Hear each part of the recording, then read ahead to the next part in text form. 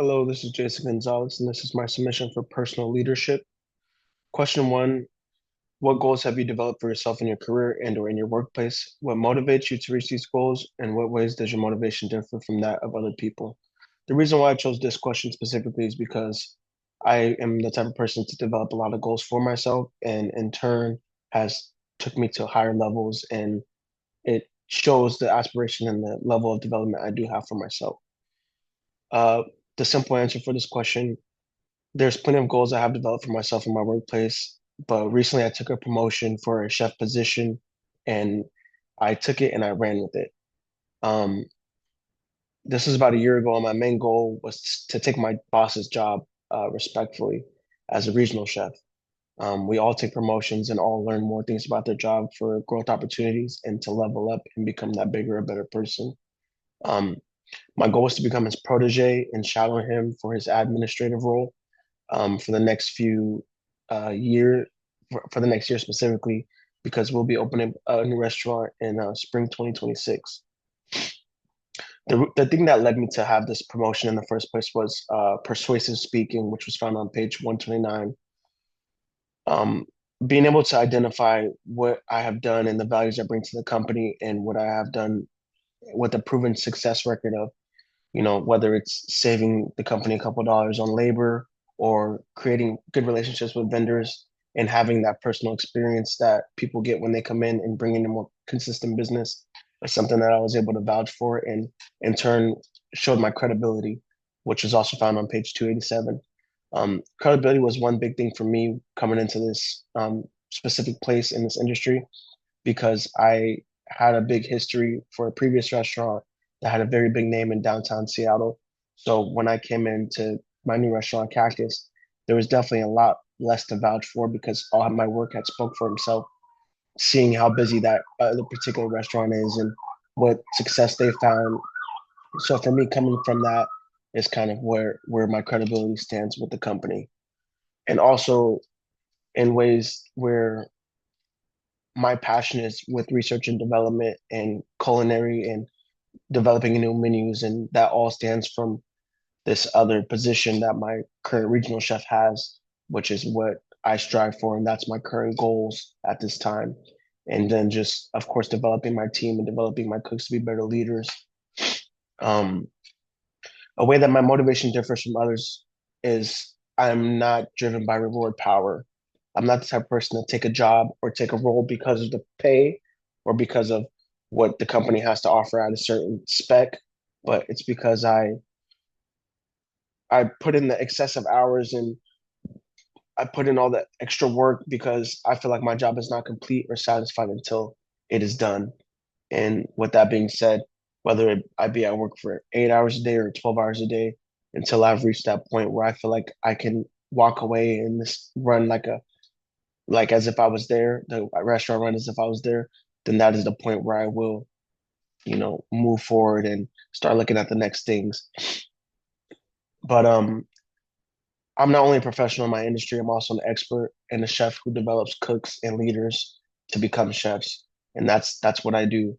So being able to do so is turnkey for the importance of development within this company, and those are the goals I strive for. The reason why I chose question number two is because this resonated with me a lot. Me being in the industry, like the culinary industry or the hospitality field, we definitely deal with a lot of different personalities often, and it's something that we just have to get used to and learn to work with. So, question number two posed: have you ever worked with a difficult person? If so, how did you communicate with this person? Was your communication effective or ineffective? Based on what you learned in this chapter, how would you change your communication in this situation? Again, another simple answer, yet a little bit long-winded.